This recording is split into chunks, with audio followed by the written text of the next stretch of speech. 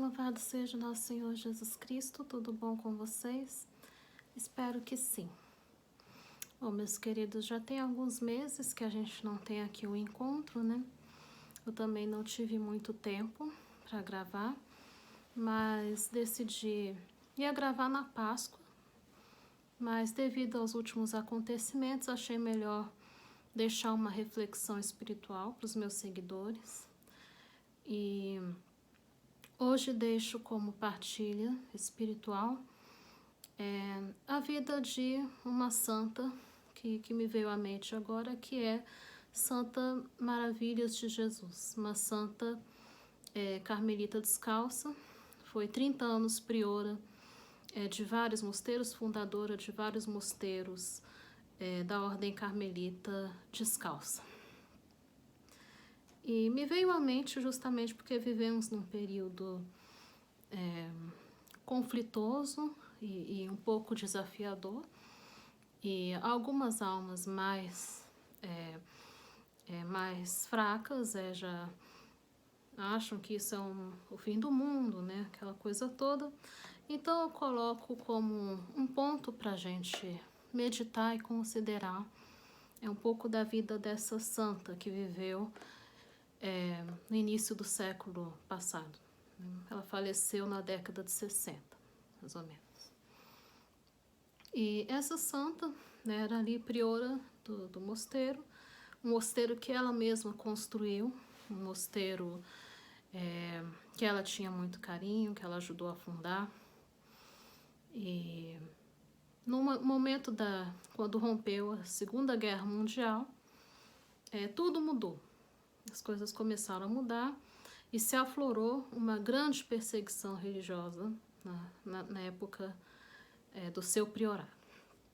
Primeiro, o seu convento, seu mosteiro, foi bombardeado e tudo que ela conseguiu salvar foi o Santíssimo, a vida das irmãs e os breviários. Tudo que ela conseguiu. Todo o resto foi bombardeado e foi destruído. Recebe uma notificação, um decreto. Proibido Santa Missa, proibido usar o hábito, proibido vida conventual. Se você desobedecer esse decreto, você ou qualquer uma das integrantes desse grupo, todas serão executadas, não importa como. Tudo foi destruído da noite para o dia.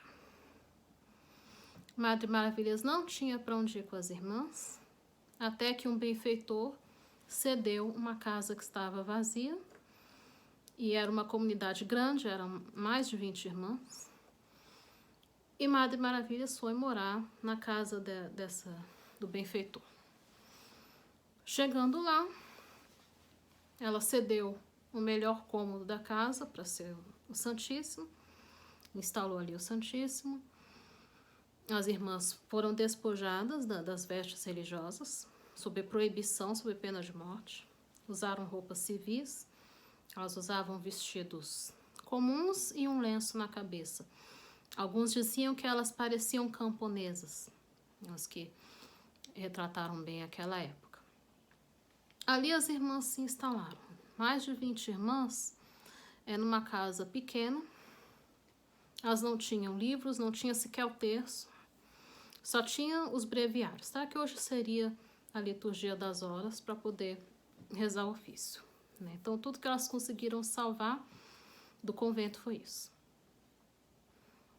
Não tinha quartos, né? As irmãs tinham que dormir no chão. Parece que havia ali uma cama que elas cederam para as irmãs doentes e idosas. E todas elas ficavam ali no chão, né? E naquele espaço era a sala de recreio, era a cozinha, era refeitório, era tudo, exceto a parte do couro. E a Madre Maravilhas de Jesus não decidiu dizimar a comunidade, né? Ela continuou vivendo a vida monástica em privado, sob risco de morte dela e das irmãs. Quando ela pensa que está saindo assim do ruim para o razoável, bate na porta. Ela abre a porta, tem ali várias senhoras, né? E aí a madre fala assim: irmã, eu sou de outro mosteiro, de outro Carmelo. Bombardearam o nosso convento e nós não temos para onde ir. Então a casa que já era apertada para 20, teve que acolher mais 10, né? E a madre nunca perdeu a paz, nunca perdeu a paciência. Acolheu essas irmãs, né, com toda alegria, com toda a paciência. E agora eram 30 numa casa pequena, apertados, sem privacidade, não tinha cela, não tinha nada.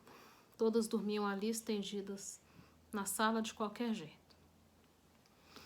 A comida era só batata, às vezes alguns vegetais que alguns benfeitores traziam, e como narram, muitos deles já estavam estragados. Mas ela recebia também com muita alegria as doações que ela recebia. E essa situação durou cerca de 2 anos. Mas naquele momento elas não sabiam se seria 10, seria 20 ou mais. Então tudo isso convida a refletir, né? Não tinha condições para nada. Comungavam muito pouco, porque elas não sabiam até quando ia durar a reserva das hóstias. A madre às vezes conseguia pegar o Santíssimo, elas não tinham missa. E todos os religiosos daquela região também foram despojados dos hábitos. Todos. A religião estava terminantemente proibida, sob pena de morte. A madre ia a cada 2, 3 meses pegar o Santíssimo com um padre que também estava na casa de um benfeitor e andava muito, tudo era a pé, né? Viagem assim a carroça, essas coisas assim, era só assim se fosse estritamente necessário. Ela ainda recebeu esse convento, que era um convento que ela não conhecia as irmãs, ainda recebeu essa comunidade na caridade, tudo. Comida escassa, dormindo no chão. E sem a menor perspectiva de quando que iam voltar ao normal com essa situação.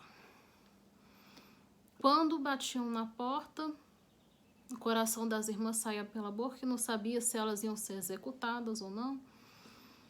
Toda vez que a Madre Maravilha saía de casa, as irmãs ficavam com o coração na mão sem saber se ela ia voltar ou não. Uma situação de crise e desespero. E quando ela saía para as ruas, tinha que sair passando por cima de corpos, tudo um verdadeiro caos. Tudo isso por 2 anos. E às vezes a gente pensa, olha, Jesus pediu muito para essa alma, para essa santa, né?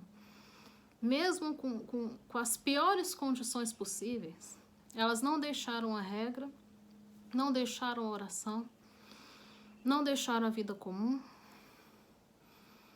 não deixaram de viver quase nada do que pedia a regra. E está nas crônicas também desse convento que jamais se houve tanta perfeição do que nesse período onde elas não tinham hábito e não tinham mosteiro. E eu fiquei pensando assim, porque a Madre Maravilhas, ela teria assim tudo para dificultar, tudo para dizer um não. Ela tinha motivos dos mais justos. Eu estou correndo risco de vida, eu não posso receber, não posso isso. Ai, a regra, ai, os tempos, ai, não sei o quê. Não. Não disse não a ninguém, só disse sim. E como se não bastasse ter 30 pessoas numa casa pequena, dormindo no chão, comendo batatinha e vegetais podres e frutas podres, vem 2 jovens e diz: não queremos esperar mais. Queremos servir Jesus Cristo hoje mesmo. E a madre ainda recebeu mais 2 vocações. 32 pessoas na casa. E poderia falar, né? Estamos em guerra, volte mais tarde, não dá, estou ocupadinha, estou sofrendo, não estou comendo, não estou dormindo, estou com frio, estou sem hábito, eu estou sem isso, sem aquilo e sem aquilo outro. A que mais poderia dar desculpas, não deu.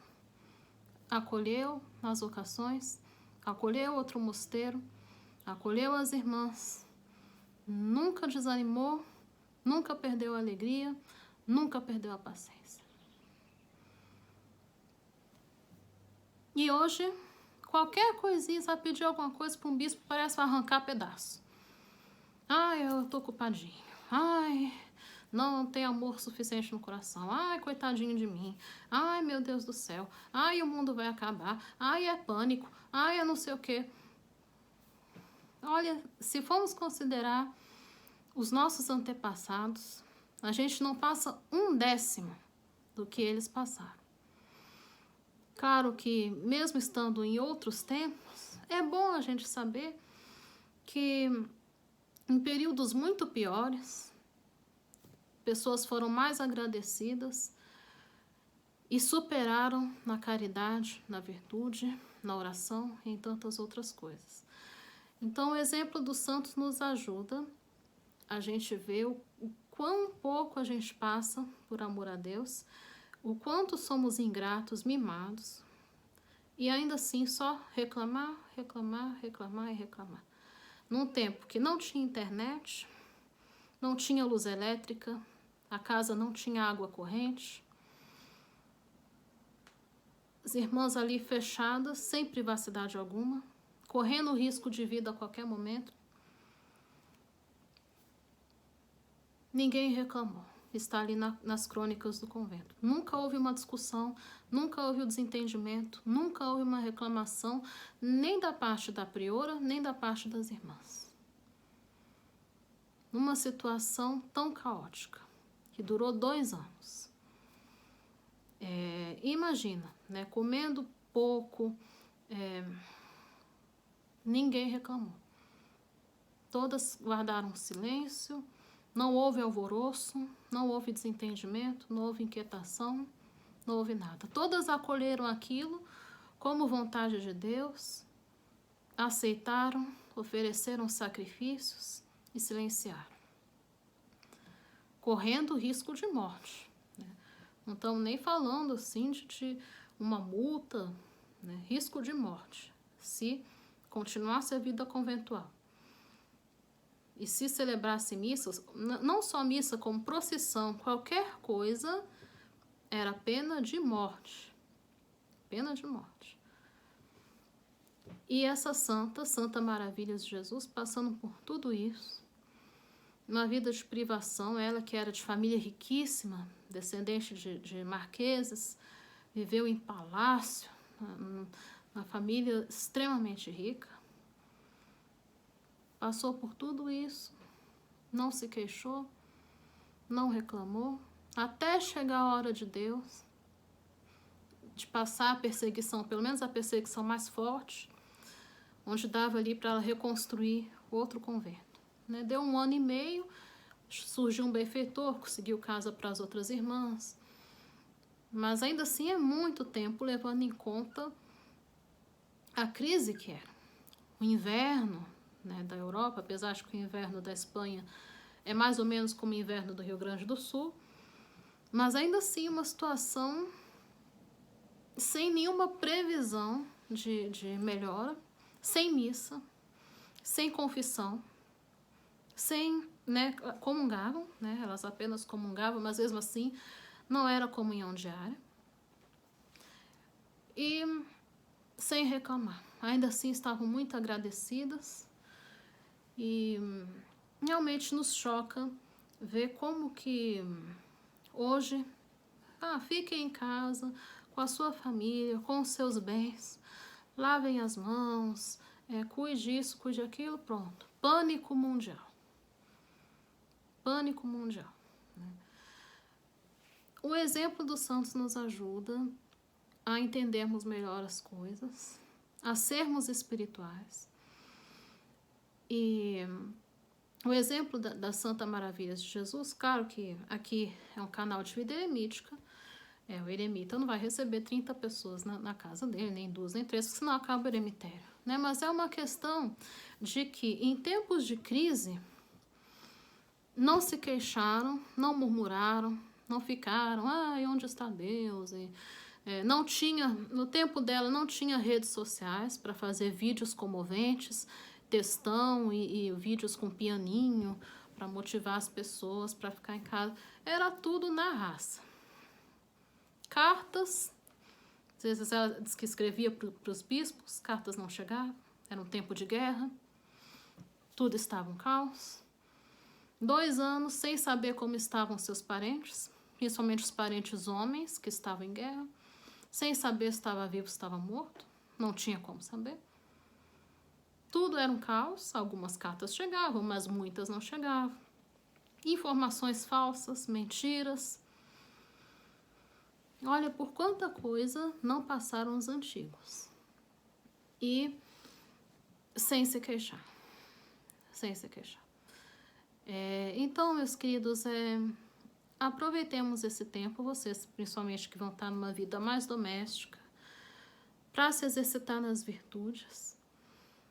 Os eremitas que não têm condições de comungar, né, façam as suas comunhões espirituais, procurem fazer as suas reparações, os seus sacrifícios e sigam o exemplo desses santos. Há muitos outros que viveram em períodos da Revolução Francesa, apesar de que a maioria deles foram martirizados. A Madre Maravilha de Jesus ainda conseguiu conservar a vida dela e a das irmãs. Elas não chegaram a ser martirizadas. Mas nos ajuda muito a entender a pedagogia de Deus, né? Talvez essa crise que a gente tem de epidemias e tudo, possa ser também porque essa geração também precisa amadurecer um pouco mais, tá? Uma geração muito mimada e passou por pouca coisa e visão começa a ficar muito limitada.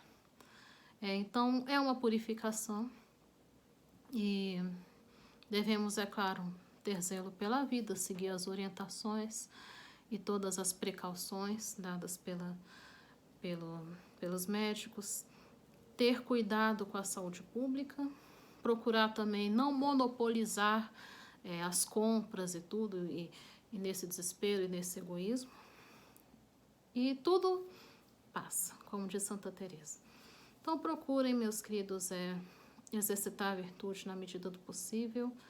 É claro que a gente não chega a 1/10 da virtude dos santos, dos nossos antepassados, mas alguma coisa ou outra a gente pode tentar, né? Procurar não reclamar demais, não fazer drama demais, ainda que seja justificável. E sempre quando Deus pedir, né, algo a mais, a gente procura seguir a vontade de Deus em tudo. Uma santa também teve uma revelação, eu estou em dúvida se é Santa Maria Alacoque ou se é Santa Gertrudes. Agora eu não lembro, estou em dúvida dessas duas. Deixei cair uma coisa aqui. Jesus aparece e tem no cálice ali um cálice com hóstias de ouro e outro cálice com hóstias de prata. E ela não entende o que significa isso, e pergunta o que significa isso, né? E ele diz: as hóstias de ouro é a comunhão pela Eucaristia. As hóstias de prata é a comunhão espiritual, que para mim também é extremamente precioso. Então, aqueles que não podem,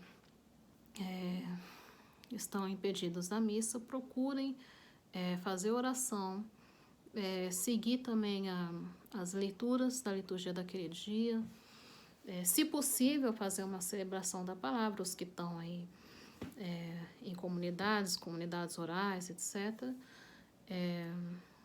E os eremitas que estão solitários também, procurar seguir a liturgia, daquele dia e fazer a sua comunhão, seja os que têm o Santíssimo, a comunhão presencial ou a comunhão espiritual, mas procurem estar sempre unidos a Deus, não se dissiparem e não perder tempo.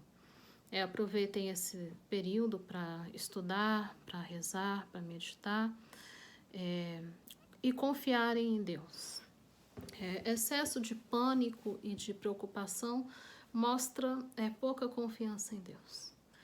Então, procurar fazer a sua parte, pode ser da vontade de Deus, que eu pegue doença, pode ser também da vontade de Deus, mas confiar totalmente na providência, fazer a nossa parte e abandonar o que não está nas nossas mãos, abandonar nas mãos de Deus. Mas sigam o exemplo dessa santa, há muitas outras em que Deus também pediu bastante e diz que a paz da Madre Maravilha de Jesus, a paz e a alegria espiritual dela, era tanto no tempo da paz como no tempo da maior crise, era a mesma, era inalterável. Porque ela confiava 100% em Jesus Cristo, confiava 100% em Deus e nada a abalava, nada a chocava.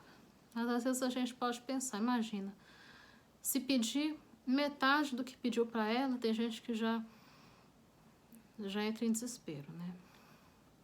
Então, é bom a gente conhecer e meditar também nas virtudes dos nossos santos e pensar o que Jesus faria nesse lugar, no nosso lugar, e evitar dramas excessivos, né? Pensar que outras pessoas passaram por situações muito piores e superaram tudo com a graça de Deus. Então é isso, meus queridos. Fiquem com Deus. Não sei quando eu retorno. Vou ver se na Páscoa eu faço um videozinho aqui para vocês. Aqui está tudo bem. Ainda não terminei as reformas. Tive também algumas tribulações uns dias atrás, mas está tudo escrito por Deus, nas mãos de Deus. E continuo aqui perseverando. Minha vida não mudou muito nesses últimos meses. Continuo rezando por vocês.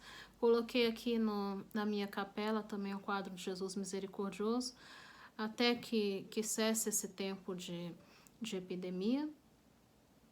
E vou estar rezando também o texto da misericórdia por todos os falecidos da epidemia, pedindo a saúde e a recuperação também por todos aqueles que estão atingidos também pela epidemia. E continuo sempre rezando por todos vocês. Então, vou ver se semana que vem eu consigo fazer alguma vigília. Vou ver como é que eu faço para tentar rezar também por essas almas. E, meus queridos, se cuidem e confiem em Deus. Fiquem com Deus e que Deus os abençoe. Em nome do Pai, do Filho e do Espírito Santo. Amém.